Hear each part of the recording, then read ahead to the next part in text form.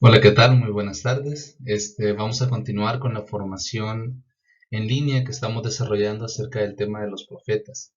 En la jornada de hoy vamos a estudiar el libro del profeta Amós. Vamos a profundizar en la enseñanza, en el contenido, en la época de este interesante profeta. Nada más decirles que está súper interesante, así que para que dejen todo dispuesto y nos dediquemos a profundizar en el mensaje del profeta Amós. El profeta Amós. Cualquiera se puede preguntar, ¿y por qué comenzamos por el profeta Amós y no tal vez por el libro del profeta Isaías, que es el primer libro profético con que normalmente nos encontramos en la Biblia? En la sesión 1 hablamos un poco de que el orden que tienen los libros proféticos no obedece en ningún sentido ni a su orden cronológico, es decir, ni a cómo se fueron desarrollando estas profecías en el tiempo o en qué época histórica surgen los profetas y desarrollan su ministerio, y tampoco se debe, por ejemplo, a su importancia, sino únicamente el orden que se le da en la Biblia a los libros de los profetas es bajo el criterio del tamaño. Entonces, en ese sentido, los cuatro llamados profetas mayores se han puesto en primera instancia porque sus libros proféticos son bastante más extensos, a diferencia de los profetas menores cuyos escritos varían en tamaño. Entonces, en el libro del profeta Amós lo estudiaremos nosotros primero porque vamos a ir estudiando, vamos a ir llevando este estudio de forma cronológica, es decir, en base al tiempo en que ellos van apareciendo y realizando su ministerio.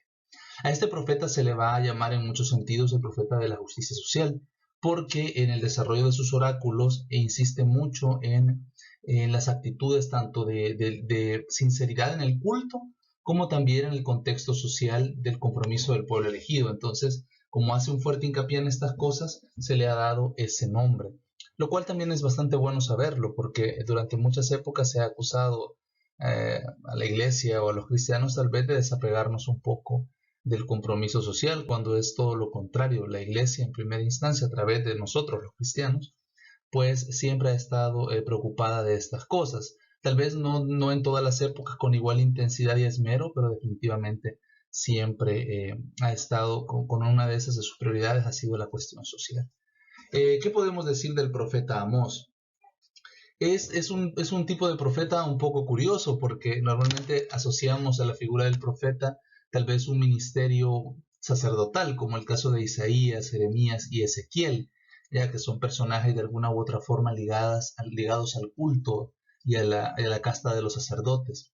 En el caso del profeta Amós vemos una particularidad interesante. Él no está ligado, no se considera profeta ni hijo de profeta. ¿Se acuerdan en la sesión pasada vimos que hay un grupo que se autodenominaba hijos de los profetas, que eran personas que se reunían y vivían de alguna forma su fe más intensamente y en algunas ocasiones interactuaban con los grandes profetas como Elías y Eliseo, por ejemplo.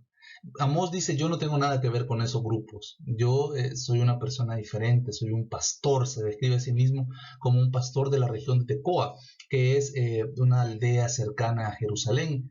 Entonces, lo que es curioso, porque él desarrollará su ministerio profético en el reino de Israel del norte. Recuerdan que la sesión pasada hablábamos un poco de esto, como en una etapa histórica, a la muerte del rey Salomón, el reino se divide en dos partes. El reino del norte queda bajo el liderazgo de Jeroboam, siervo de Salomón, y el reino del sur queda bajo el gobierno de Roboam, hijo de Salomón. Entonces, ya dada la división política, Jeroboam, el rey del norte, procedió a llevar a cabo una división religiosa, levantando santuarios dedicados a Yahvé, pero contrarios a las previsiones de la ley que exigían que fuese todo el culto desarrollado en el templo de Jerusalén. Entonces, es un dato curioso que Amós, siendo una persona del reino de Judá, vaya a ejercer su rol profético a Israel del norte y allá vaya a ejercer su ministerio. Profetizó en tiempos de Osías, rey de Judá, y de Jeroboam II de Israel. La historia bíblica es bien dura con Jeroboam II. Jeroboam II no es descendiente de Jeroboam I, quien llevó a cabo el cisma luego de la muerte de Salomón. Jeroboam II es descendiente de otras castas dinásticas. De hecho, en el reino de Israel del norte, las dinastías no duran demasiado. Hay uno, dos o tres a lo mucho y continuamente hay golpe de estado. Entonces, Jeroboam II no tiene nada que ver con Jeroboam I, a excepción de querer recordar a ese personaje de la antigüedad de Israel del norte, el fundador del reino de Israel del norte. Y la historia bíblica es un poco injusta con Jeroboam II, porque Jeroboam II quizás fue uno de los mejores gobernantes, solo viéndolo desde un punto de vista político y comercial, fue uno de los mejores gobernantes de Israel del norte. De hecho, su reinado fue una época de gran prosperidad material para Israel del norte. Pero la historia bíblica es dura con él, porque más allá de ver qué tan bueno fue en las finanzas o en la economía, o más allá de ver qué tan bueno fue en la política y en las guerras y en las alianzas que se hacían en esa época, la Sagrada Escritura, la Biblia, nos trata de dar, hace un juicio, perdón, o nos trata de dar un juicio de Jeroboam desde un aspecto religioso. Y desde un aspecto religioso, Jeroboam II no hizo nada para revertir los grandes pecados en que habían caído los reyes de Israel del norte, hablando específicamente de la división religiosa. Por consiguiente, el juicio que dan tanto los libros de los reyes como los libros de crónicas no hacen alarde al gran reinado político y económico que tuvo Jeroboam II.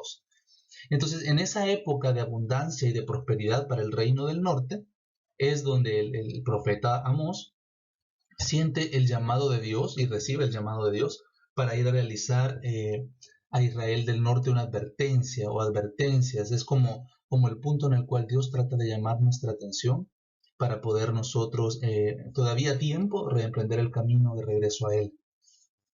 Se menciona al inicio de su libro un terremoto y que se cree, de hecho, algunos autores opinan que ese terremoto, perdón, fue visto por los contemporáneos del profeta como una señal de que su profecía era auténtica. Así que por eso se menciona en su libro.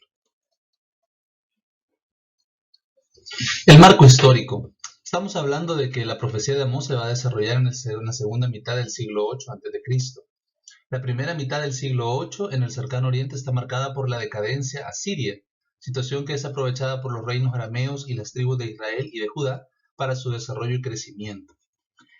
Hay dos pueblos que van a marcar en la primera etapa de esta secuencia de temas de profetas, que es el reino de Asiria y el de Babilonia.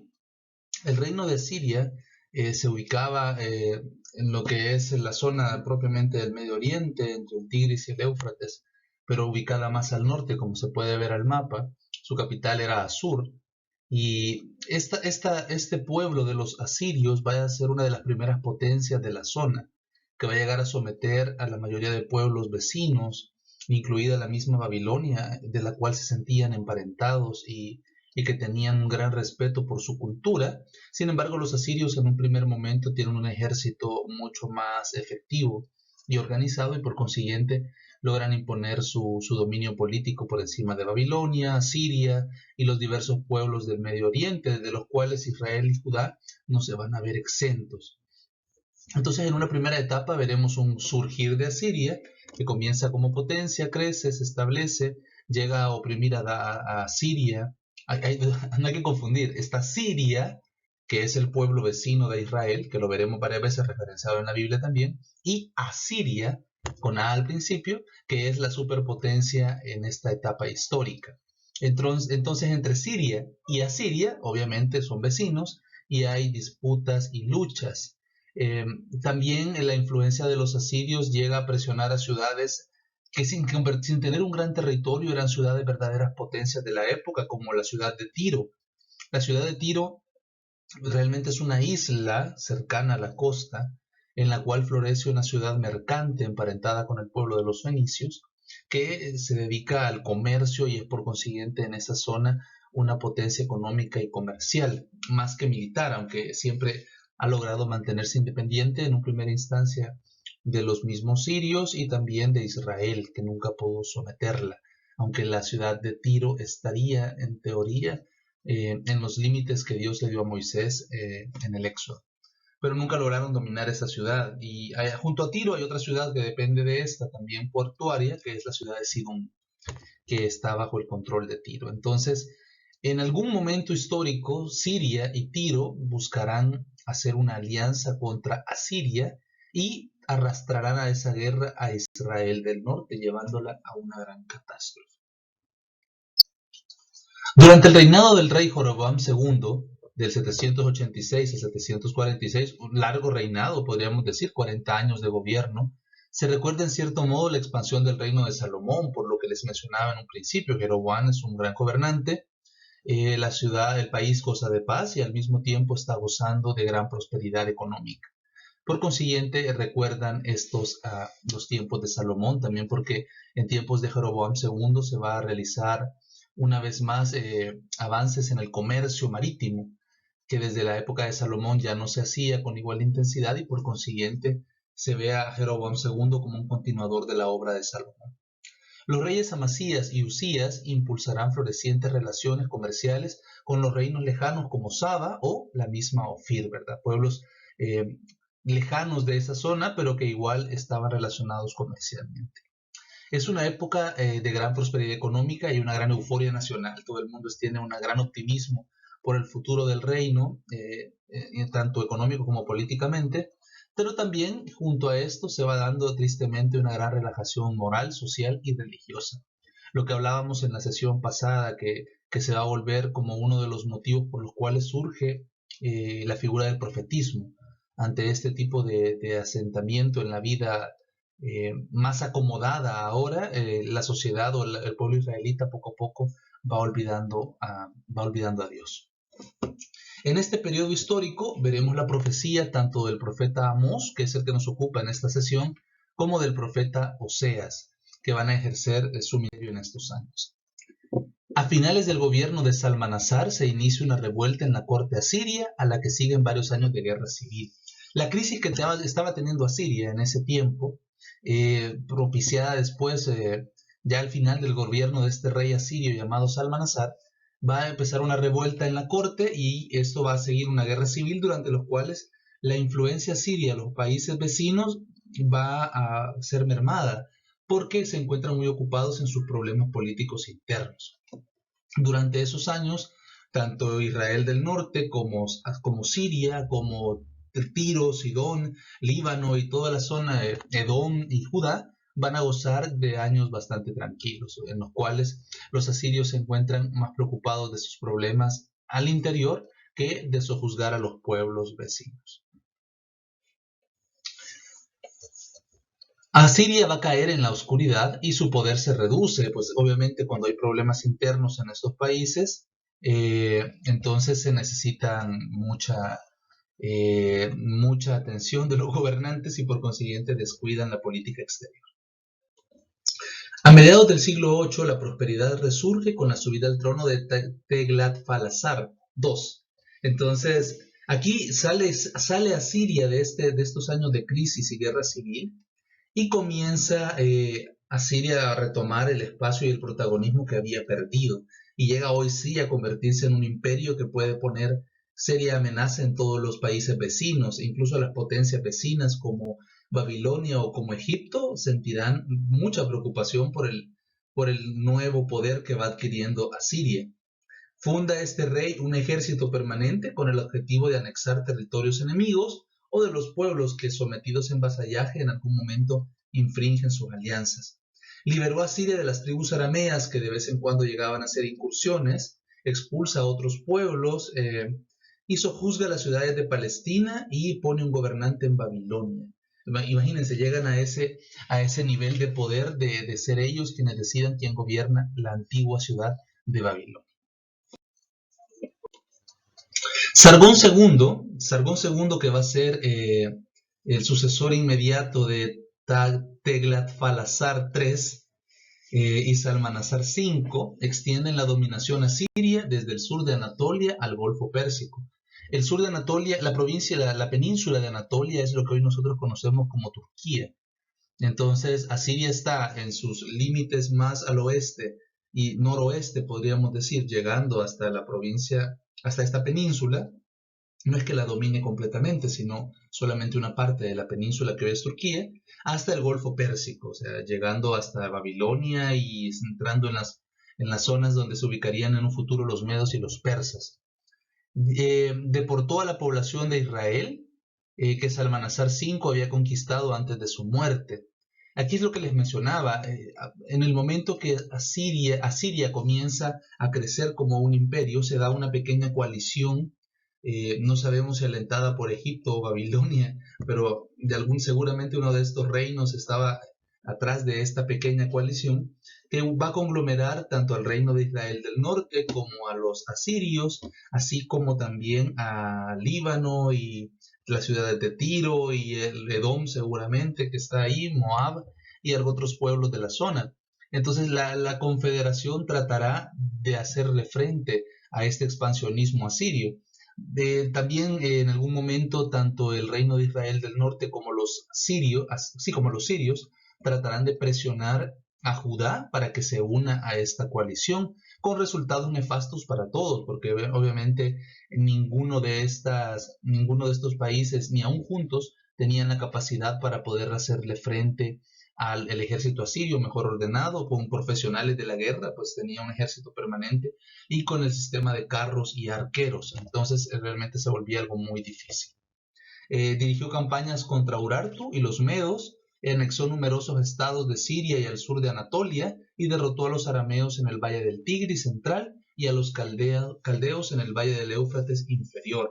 Todo esto en la zona de Mesopotamia. Entonces, definitivamente los asirios dejan completamente dominada esta zona. Y una de sus políticas de dominación que más los va a caracterizar es el hecho de que estos gobernantes van a comenzar a hacer una especie de deportaciones. Toman, por ejemplo, a los pobladores de Israel del norte, toman a una gran parte, no a todos, pero toman una gran parte de quizá lo mejor, lo más culto y los mejores artesanos y lo más selecto de la sociedad y se los llevan a vivir a otra parte de su imperio. Y de la misma forma traen pobladores de otras áreas de su imperio a vivir a lo que es Israel, a lo que fue Israel del norte. De esa mezcla que los asirios van a realizar, de la gente, los pocos israelitas del norte que quedaron y los nuevos pobladores que ellos traen de otras zonas, va a surgir el pueblo samaritano que tantos problemas tendrá con el pueblo de Israel.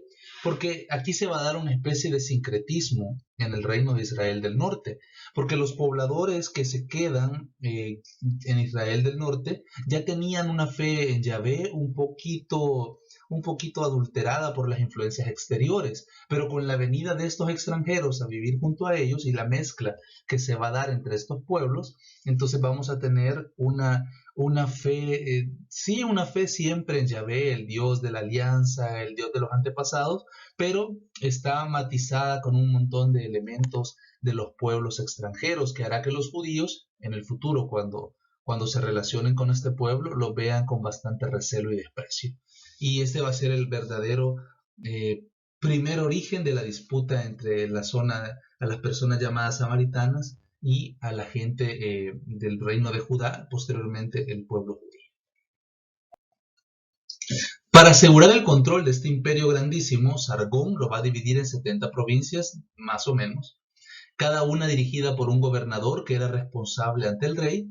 En su capital, Calac, creó una organización administrativa central y delegó algo de su poder en su hijo Sennacherib. Sennacherib es uno de los reyes que vamos a ver mencionados en los relatos bíblicos. Estas ciudades, Calat y Asur, van a ser alternándose según el este momento histórico la ciudad más. Al final de su reinado, Sargón construyó una nueva ciudad llamada Dur-Sharrukin. Erigió a su vez un palacio junto a la muralla de la ciudad y lo adornó con bajos relieves, lo cual es algo propio del arte del Medio Oriente. No es tal vez originario de los asirios, sino más bien debió ser una imitación o ser una influencia de los babilonios que ya hacían en sus templos y en sus ciudades hermosas decoraciones en bajo relieve, simulando normalmente algunas de sus divinidades o seres místicos, de los cuales se inspiraría luego el profeta Ezequiel para hablar de los querubines. Crea en Nínive una biblioteca que tiene fama en su época, fomenta el comercio y la agricultura. En esta época va a ser una época bastante positiva. El reinado de Sargón va a ser un periodo bastante bueno, próspero para el reino de Asiria. El reinado de Jeroboam II es una época de expansión territorial y prosperidad. Se construyen edificios, dejando un poco a Siria a un lado, volvemos a Israel del norte. Se construyen edificios lujosos y espléndidos, se aumentan los recursos agrícolas y progresa la industria tanto textil como del tinte. La situación política que se vive y la social y religiosa denunciadas por los profetas hay una descomposición social, Es decir, no necesariamente la abundancia implica que se tiene una sociedad más unida y más solidaria. Hay una corrupción social también, hay abusos y hay en un sentido moral también bastante degradación. Hay una corrupción religiosa, el culto al Dios verdadero se ve ya amenazado, ya no solo por los elementos propios de la idolatría y del paganismo exterior, sino amenazado por una vivencia hipócrita de esta fe, es decir, una vivencia que se centra mucho en el cumplimiento de los preceptos o de algunos preceptos religiosos, pero descuida en otro sentido el trato con el prójimo, la justicia con los débiles, etcétera, la dignidad de las mujeres. Entonces, ese tipo de situación es la que los profetas, tanto Amós como Oseas, a su manera, van a denunciar. Y luego también hay un concepto erróneo de la religión israelita, que es lo que les mencionaba. Hay una forma en la cual se piensa que cumpliendo cierto tipo de devociones de esa época, se cumplía con Dios y que a Dios no le importaría, por ejemplo, el estilo de vida que estaban llevando. Tras la muerte del rey Jeroboam II, después de un gran periodo de paz y prosperidad, el reino de Israel del Norte se hunde en la anarquía. Como les mencionaba, las dinastías en Israel del Norte no duraban casi nada. 3 personajes, lo mucho. Una dinastía es cuando en un reino los descendientes de una persona continúan gobernando después de la muerte de su ancestro. Entonces, en el caso de Israel del Norte, hay una gran cantidad de golpes de Estado, hay una gran cantidad de asesinatos de los herederos o gobernantes, lo cual hace que realmente no exista una continuidad familiar que dé orden, por lo menos, al proyecto que se realizaba, sino que hay diversos personajes que van usurpando el reinado. Esto en el reino de Israel del Norte, porque en el reino de Judá, los descendientes de David, algunos muy buenos y otros bien regulares, van a continuar gobernando durante más de 500 años. Hay 2 reyes asesinados en este periodo, Zacarías y Salum, y sube al trono de Asiria, ahí volvemos a la historia más en general, el rey Tiglat-Pileser II. Pekaj, rey de Israel, rey de Israel, organiza una coalición anti-asiria junto con Siria, Tiro, Gaza, Askelón y algo otras de las ciudades filisteas y el reino de Tiro, seguramente Sidón estaba en esa alianza. Estos reyes, es la confederación que yo les dije, tratan de oponerse a la expansión de los asirios. Y Jotán, el rey de Judá, se niega a participar y a su muerte tratan de asaltar Jerusalén. O sea, para hacer un poquito más fuerte la confederación, tratan de forzar al pequeño reino de Judá al sur a que también se incorpore a este grupo. Sus esfuerzos están recogidos, por ejemplo, en Isaías 7:6, donde dice: subamos contra Judá, sitiémosla, abramos brecha en ella y nombremos en ella a rey al hijo de Tabeel. Es la mal llamada guerra sirio-efraimita, porque no se trata de una siria, sí, no, o sea, ese es un detalle más de corrección histórica. Debió haber sido llamada la guerra sirio-efraimita contra Judá, y no la guerra sirio-efraimita, porque así pareciera que era Siria y Efraín quien se peleaba. Y esto nos da pie para comentar algo también interesante. Eh, Ustedes habrán visto en la Sagrada Escritura, es muy común que se le dé al al pueblo de Israel, y específicamente al reino de Israel del norte, a veces el nombre de José y a veces el nombre de Efraín. Y esto tiene un sentido, porque acordémonos que tanto las tribus de Manasés como la tribu de Efraín, aunque sean 2 tribus que se nombran aparte en la Biblia, ambas juntas constituyen la tribu de José, aquel hijo de Jacob que llegó a ser ministro del faraón de Egipto. Entonces, estas 2 tribus, Manasés y Efraín, eran las tribus más fuertes del pueblo del reino de Israel del norte. Y por consiguiente, cuando se habla de Efraín, en algunos oráculos como lo hará Oseas, o como lo hace en este caso Amós, o cuando se habla de las tribus de José, se está hablando de esto, o sea, de Manases, de Efraín, que son los 2 hijos de José, por los cuales así se llamaron estas tribus, y juntas representan, en este caso, pues la descendencia del patriarca José. Y como eran las más fuertes del reino de Israel del norte, entonces a veces se le da el nombre de Efraín, por ejemplo, que entre Manasés y Efraín, Efraín era más fuerte, se le da el nombre de Efraín ya no solamente a esa tribu, ni a las dos tribus de José, sino a toda la confederación de Israel del norte. Entonces, por eso vemos aquí que se le refieren al pueblo de Israel, no con el nombre de Israel, sino con el nombre de Efraín. En contraposición a la tribu de Judá, que era la tribu más fuerte en el sur, ¿verdad? Que por eso constituye un reino aparte. Entonces, tratan los sirios y los de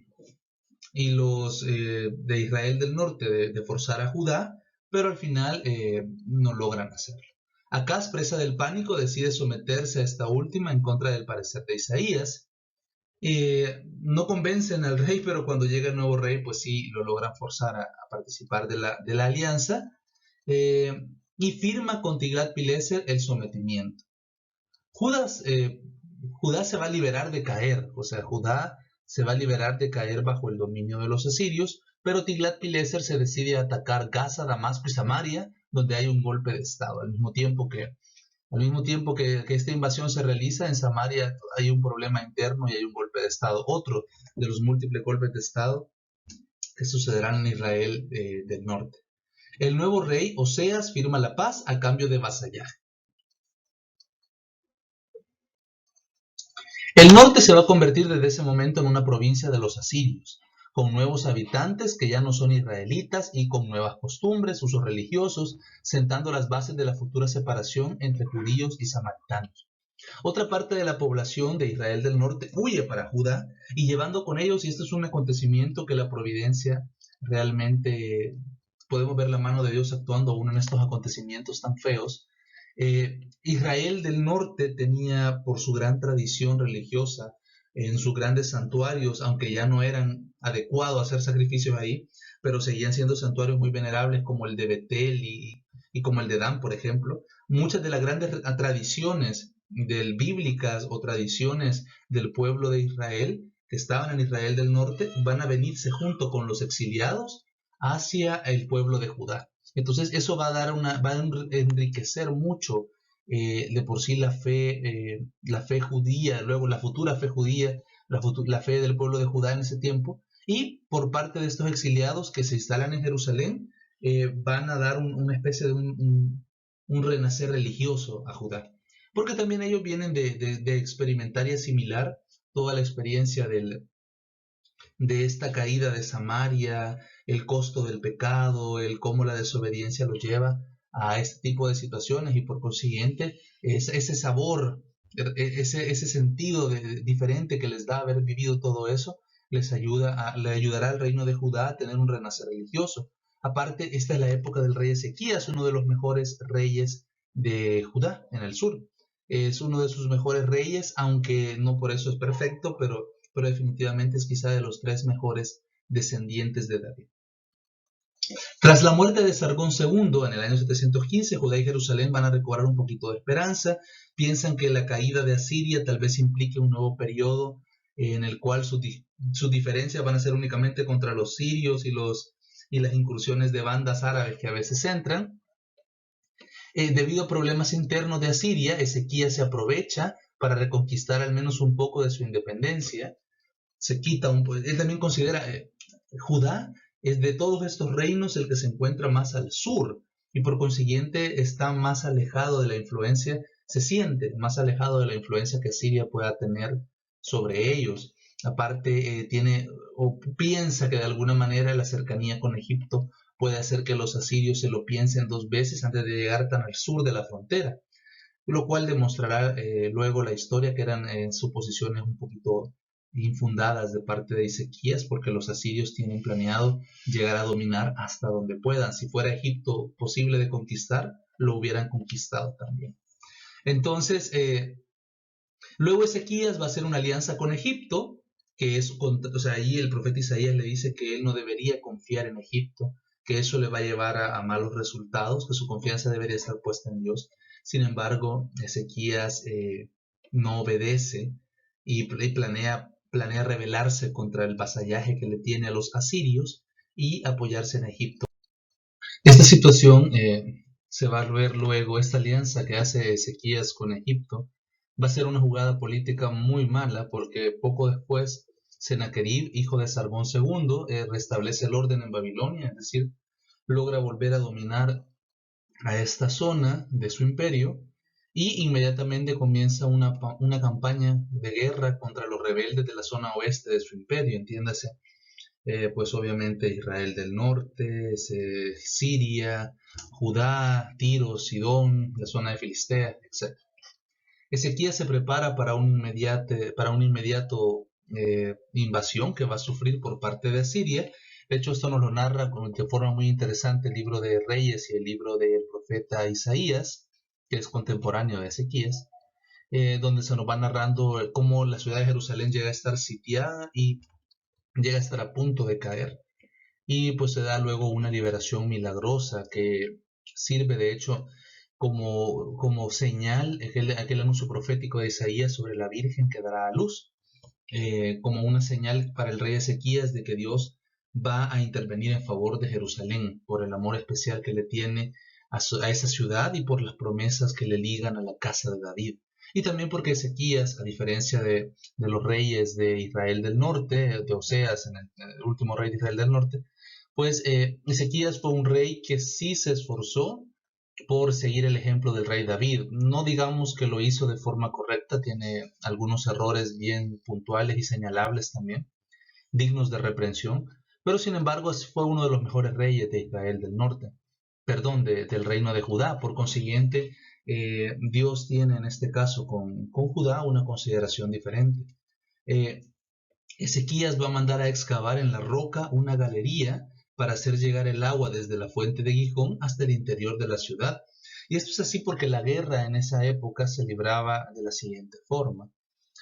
Cuando un ejército llegaba a una zona, la gente del campo huía o se dirigía hacia las ciudades. Normalmente iban dejando las zonas, muchas veces la gente dejaba botadas sus cosas en sus casas y se iban corriendo para resguardarse en las ciudades. Algo otros se quedaban en sus casas esperando que no les pasara nada, pero normalmente si tenían suerte tal vez el ejército enemigo no pasaba por ahí, pero en el peor de los casos podían ser asesinados o robados, saqueados.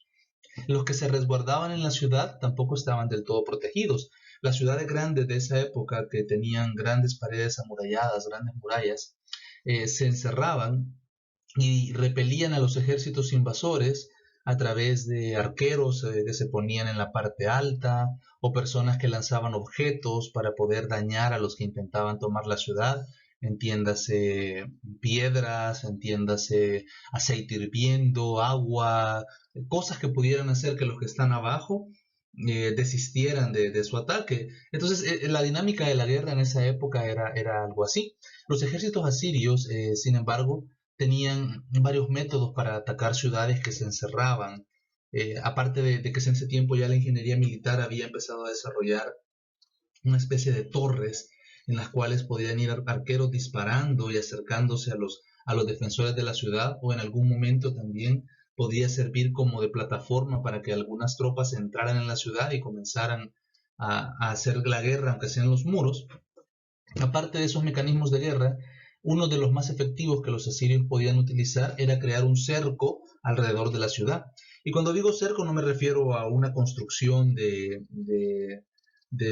madera o de piedra para aislar a la ciudad, sino a poner tropas en las alrededores de la ciudad, de manera que nadie pudiera salir ni entrar a la ciudad. De esta manera se evitaba que alguien pudiera venir con provisiones. Entonces, la táctica era la siguiente: el ejército invasor se quedaba acampando a las afueras de la ciudad, vigilando que nadie entrara ni saliera de la ciudad, y de esta manera los que estaban adentro se iban a ver en la estrechez de no tener o el alimento suficiente o el agua suficiente.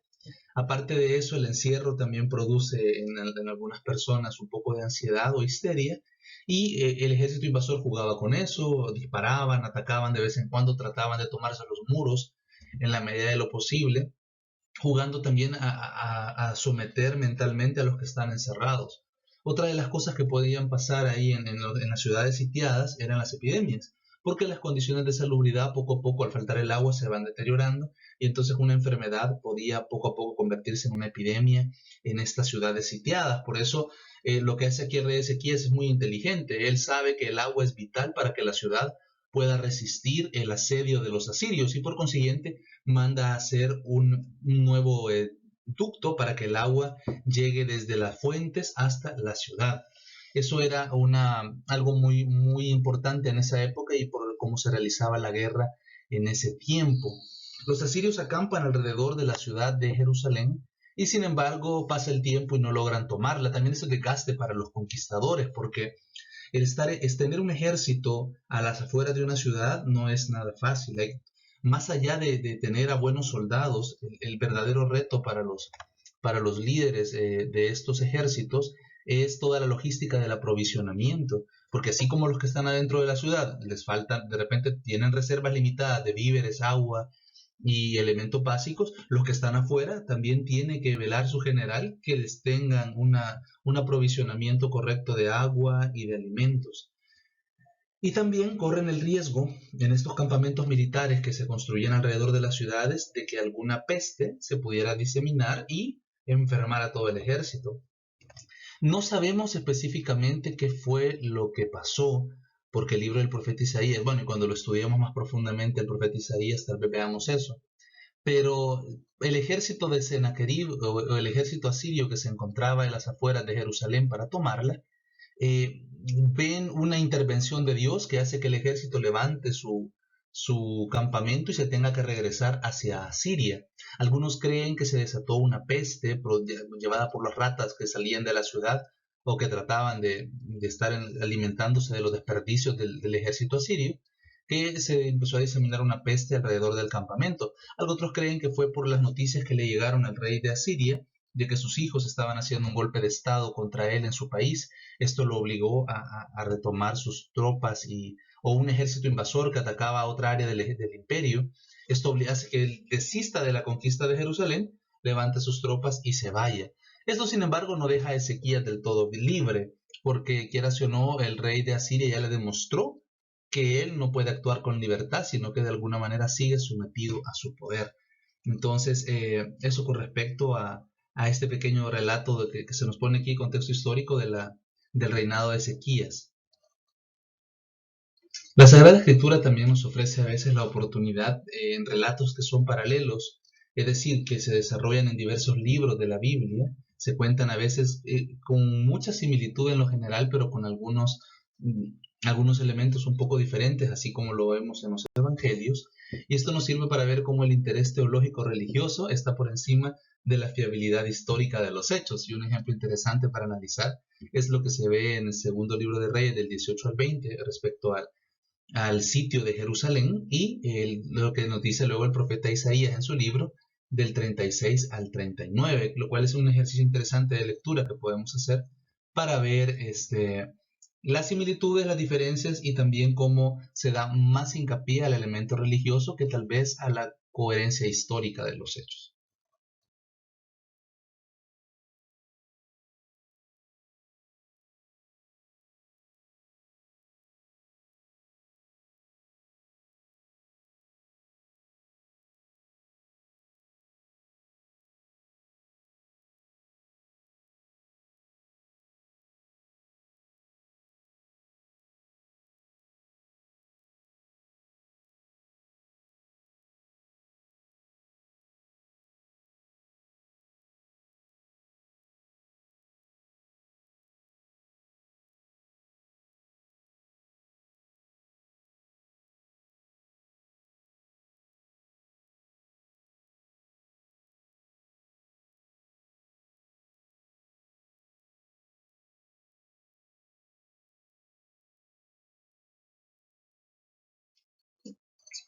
Él va a empezar su ministerio muy probablemente hacia los años 760 y 745 a.C., en vísperas de subir al trono de Asiria Tiglat-Pilesar II.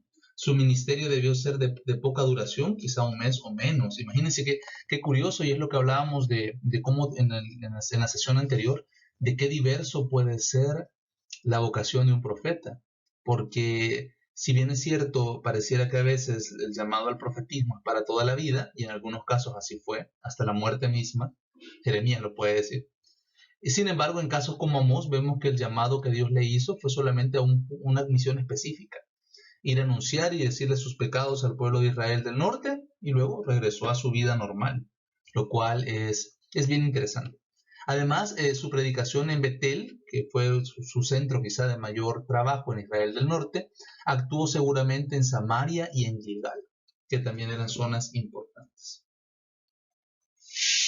Su estilo literario, bueno, presenta un fondo de inspiración poética. Las figuras que él utiliza en muchos casos son conmovedoras y utiliza algunos recursos que definitivamente podemos ver su estilo poético.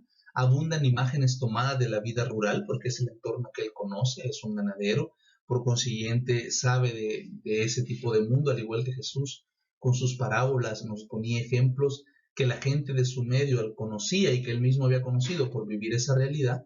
De la misma forma aquí Amós nos va a ir poniendo elementos de su conocimiento.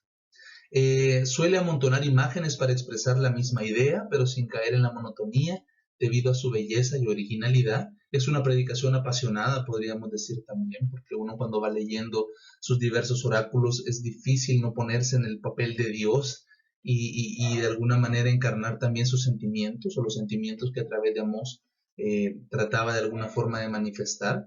Tiene un estilo directo para hablar, dialoga con el auditorio. A veces es un poquito rudo y violento en las expresiones, pero es parte también de la técnica del profeta en este caso para que su mensaje genere impacto y llame a la conversión a las personas. El libro, en su composición, tiene una viveza del texto, tiene colorido por las figuras tan variopintas que usa o de diferente estilo que usa. Tiene muchos detalles, la fuerza de la expresión y también naturalidad, porque se ve que no son ideas demasiado forzadas o pensadas, aunque llevan sí, tampoco son ideas y conceptos tomados a la ligera. Inducen a pensar que el profeta mismo o alguno de sus discípulos han sido quienes han puesto por escrito buena parte del libro. Que hay varias partes que definitivamente muestran, aunque decíamos que en la sesión pasada que más escritores, los profetas son predicadores, eso no quita que eventualmente algunos de ellos sí tengan esta habilidad de escribir también, o que se valgan de secretarios para escribir sus oráculos. Luego la estructura del libro. Se puede dividir el libro en tres partes. En una primera parte consta de una serie de 7 oráculos contra las naciones. Puntualmente dirá una contra Damasco. Damasco es la capital de lo que en ese tiempo era Siria. Y por consiguiente, al hablar de la capital se refiere en sí a todo el país. Luego Gaza y Filistea, luego para Tiro y Fenicia. Y luego continuarán oráculos contra Edom, que este pueblo es un pueblo que los judíos consideraban muy emparentado a ellos, pero que también tenían una gran rivalidad. Este reino había sido conquistado por el rey David, casi totalmente desaparecido de la historia e integrado al pueblo de Israel, hasta pasado la división del reino, que Judá se debilitó y luego este lugar pudo volver a conseguir su independencia. También contra el pueblo de Amón, Moab, Judá y Israel, que viene a ser esto el final de este capítulo. El esquema es siempre el mismo, consta de 4 elementos. Hay una fórmula introductoria donde el profeta hace ver que el mensaje no es propio, sino que es de Yahvé. Él es quien está hablando a las naciones y él únicamente cumple el papel de ser su portavoz. Habla de las motivaciones generales diciendo por 3 crímenes. Esa es una fórmula muy similar a algunos de los libros de sabiduría. Si nos ponemos a ver esas fórmulas, de repente 3 cosas son agradables a Dios y una cuarta más. Es una fórmula muy similar en la cual se expresaban en ese tiempo. Habla luego de una motivación especial, cada pueblo tiene un crimen en específico y un veredicto por último de condenación. Es un caso interesante. No estoy seguro si es Moab o Amón, uno de estos pueblos, a la hora de que Dios le llama a juicio por sus crímenes, creo que es Moab realmente, el que en el capítulo 2, no le ha hecho nada a Israel. O sea, el reclamo del profeta Amós no va dirigido en torno a una falta hecha contra el pueblo elegido, sino que le llama la atención por acciones que de alguna manera ofenden a Dios sin necesariamente estar incluido un ataque a Israel, como en otros de los pueblos. En ese caso sí, haber incumplido la ley de Dios, en el caso de Judá, o por haber hecho daño al pueblo de Israel. Pero en el caso de Moab es interesante que no vemos ahí en ningún momento un crimen contra Israel, y sin embargo el profeta le llama la atención a este pueblo. Eso nos da una visión también un poco más amplia, ya que el profetismo estaba dando un paso, perdón, la fe de Israel a través del profetismo estaba dando un paso más allá y estaba entrando en la comprensión de que Dios no únicamente se preocupa del pueblo de Israel, sino que realmente todas las naciones son importantes para Él, y lo que hacemos o lo que hacían estos pueblos que no lo conocían era también algo que no le pasaba desapercibido, también era importante. Hay una segunda parte que es una ampliación y un desarrollo del oráculo contra Israel. La siguiente parte continúa y desarrolla lo que se dijo contra el pueblo de Israel. Hay una condenación que radica en las injusticias sociales y el culto formalista que se ofrecía en los santuarios, es decir, se daba mucha importancia a la forma, pero se olvidaba el trasfondo de sinceridad a Dios y el contenido social que implicaba el mensaje de la ley. Y se desenmascara, por ejemplo, la corrupción que se vivía en Samaria, la ostentación de aquellos palacios con incrustaciones de marfil, que de hecho todavía con la arqueología moderna ha encontrado algunos de esos rastros de aquellos palacios que tenían incrustaciones de marfil. Para el que no lo sepa, el marfil no es una piedra, el marfil se obtiene de los huesos, del colmillo de algunos animales como los elefantes y rinocerontes. Y por consiguiente, tener una pared tapizada de eso era bastante caro, porque implicaba haber matado quién sabe cuántos elefantes y partir sus colmillos en pedacitos para poder tapizar una pared. Así que era una ostentación de un lujo excesivo frente a las dificultades que pasaban otros miembros de la sociedad israelita menos afortunados.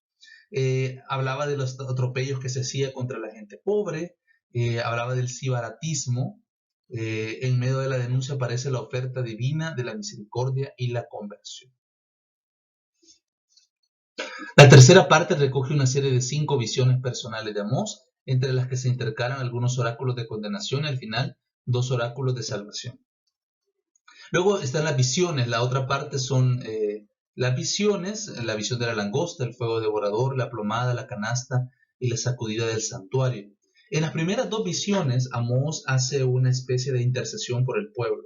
Le ruega a Dios que no vaya a desarrollar esos 2 castigos, y Dios acepta la intercesión, así como lo hizo en la antigüedad con Moisés, acepta los ruegos del profeta. Sin embargo, en las otras 3 visiones ya no lo va a hacer así. En las siguientes visiones ya el profeta no se atreve a intervenir porque seguramente presiente una voluntad más determinada para permitir esas desgracias.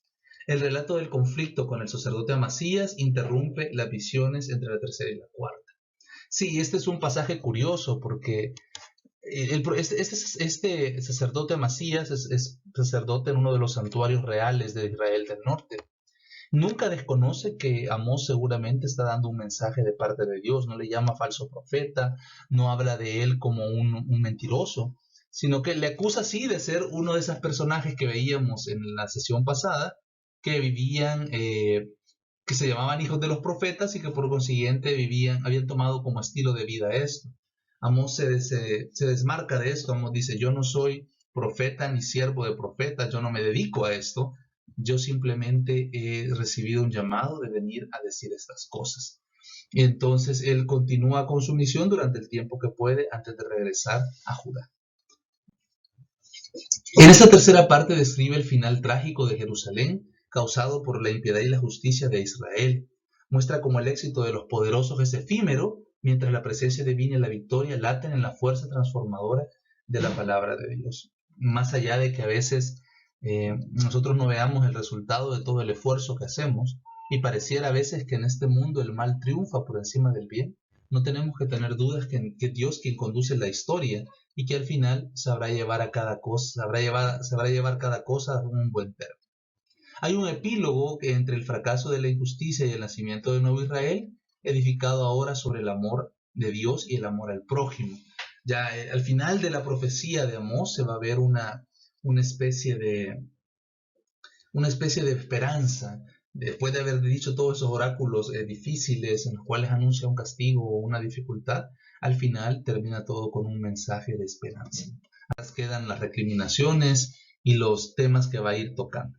Hay 3 temas con los que llama la atención la agudeza con las que tratamos. Habla con mucha fuerza del monoteísmo, de la elección y de la injusticia social en Israel. Amós tiene expresiones que implican el dominio y el poder universal de Dios sobre la naturaleza y la historia. Es que en el tiempo del antiguo Israel, la visión general era de que cada pueblo tenía sus propios dioses. Y de esta manera, cada zona o cada país tenía una divinidad a la que había que agradar. Era muy del tiempo pensar que, por ejemplo, si yo vivía en Babilonia, tenía que dar culto a los dioses de Babilonia. Pero si me iba a vivir a Jerusalén o me iba a hacer una embajada comercial o algo a Jerusalén, siendo babilonio, yo llevaba mis dioses, pero también le daba respeto al dios de la zona para que me diera fortuna o me protegiera, etc. Esa era la mentalidad de la época, que en cada país tenía sus propios dioses.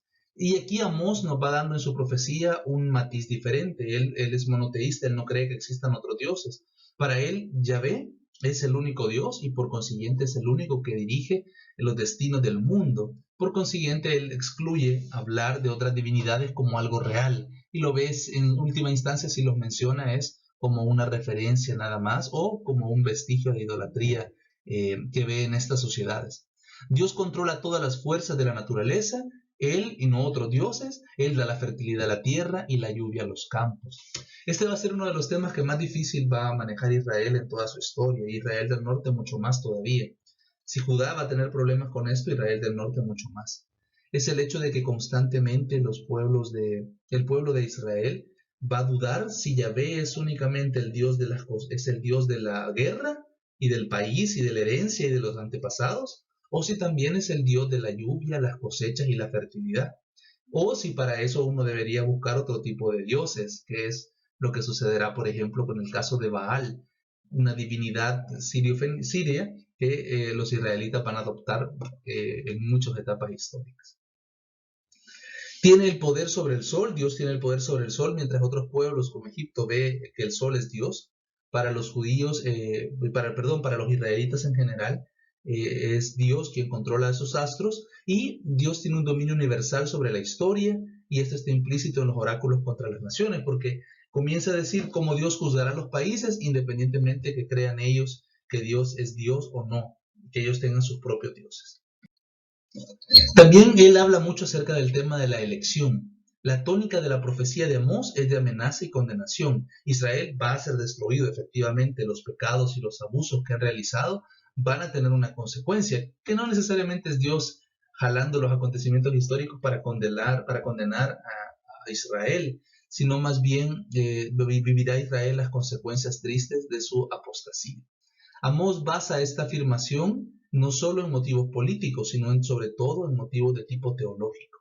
Las principales acusaciones del profeta contra Israel van a ser: han sido ingratos con Dios, con el Dios de su alianza, han incomprendido los designios de Dios, no han sabido entender la historia ni sus palabras, no solo la historia sagrada antigua, sino la historia que viven en ese momento, y hay una degradación del culto en ese tiempo, ya desde la separación religiosa de Israel del Norte con Judá. No solo la política, no, la política podría haber estado la separación política y no haber incurrido ellos en el pecado más grave que fue la separación religiosa. Y por último hay una injusticia social generalizada. Las tesis de Amós encontraba en el pueblo de Dios dos objeciones.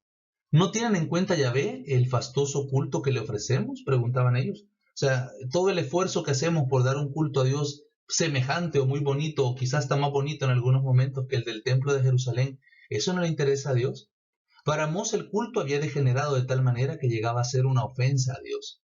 Es decir, por muy bonito y elaborado que fuera todo lo que se hiciera en torno al culto, los sacrificios, las oraciones y todo lo que podría decorar todo esto, si esto no iba acompañado de una vida coherente y de una adecuada justicia con los que sufren, eso ante Dios tenía un valor muy, muy poco, muy efímero, demasiado pequeño. Se le había llegado a dar el punto de tener una confianza supersticiosa y casi mágica en Dios. O sea, Yahvé es nuestro auxilio porque Él es de nuestros padres y Él nos va a ayudar independientemente de cómo vivamos, ¿verdad? No hay de vez le hagamos el sacrificio tal en tal día como a Él le gusta, Él nos está obligado a cumplir. Algo así se había llegado a ver. Y al mismo tiempo estaba contaminado con prácticas y creencias de la religión cananea, ya que, como les decía, al estar separado del templo de Jerusalén, poco a poco volvieron a retomar prácticas paganas, mezclándolas junto al culto al Dios verdadero. Y ni digamos cuando los asirios conquisten y traigan pobladores extranjeros a habitar la zona. La segunda objeción que se le ponía a la predicación del profeta Amós respecto a sus oráculos. ¿No tiene Dios relaciones especiales con Israel refrendadas por la elección y una providencia especial desde la salida de Egipto? Si Dios destruye a Israel, ¿quién le va a dar culto en adelante? La elección, según Amós, no garantiza una protección cerrada y sin condiciones de parte de Dios. Al contrario, si bien es cierto que Dios ha escogido al pueblo de Israel, lo ha hecho por una acción de amor libre suya. No tiene derecho a Israel a exigirle a Dios ser fiel a esta elección. Dios es fiel porque obviamente Él es inmutable y entonces su palabra no cambia nunca, y las promesas de Dios por eso siempre son igualmente válidas. Sin embargo, aquí se puede ver en la mente de los israelitas un reflejo de la mentalidad religiosa del ambiente del Medio Oriente en este tiempo, porque ahí se pensaba que los dioses, de alguna manera, los dioses que habitaban en cada una de las zonas y que por eso eran los protectores de los pueblos ahí alojados, cuidaban a estos pueblos porque si no nadie se acordaría de darles culto. De hecho, un acto de victoria que algunos de los conquistadores, los asirios, los babilonios también lo harían, uno de los actos que demostraban el poder de la potencia ocupante era justamente el saqueo de los templos y el tomar cautivas las imágenes de los dioses como una forma de demostrar que aún los dioses no son capaces de defender a estos pueblos. Entonces es parte de la mentalidad religiosa de de esa zona y de la antigüedad. El pueblo de Israel tiene vestigios de esto todavía y no logra entender que Dios no está ligado a un lugar en concreto. O sea, todo el mundo es suyo.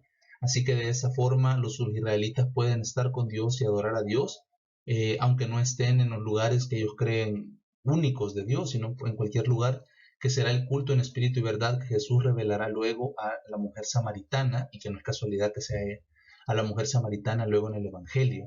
Ya, pero en ese tiempo los israelitas no conocían, no entendían del todo la naturaleza de Dios, y por consiguiente pensaban que Dios, aunque ellos se portaran muy mal y hicieran actos incoherentes de ser del pueblo elegido, Dios igual los iba a seguir defendiendo, porque por ese compromiso y por esa alianza y por la necesidad de alguien que le dé culto, no sería capaz de entregarlos en las manos de sus enemigos, lo cual al final evidentemente sí pasó, porque si bien es cierto Dios ama a Israel y le protege, también es cierto que en estas épocas el pueblo de Israel se había alejado tanto de la voluntad de Dios que se estaba exponiendo a sí mismo a las intrigas y los problemas políticos de la zona para manifestarse.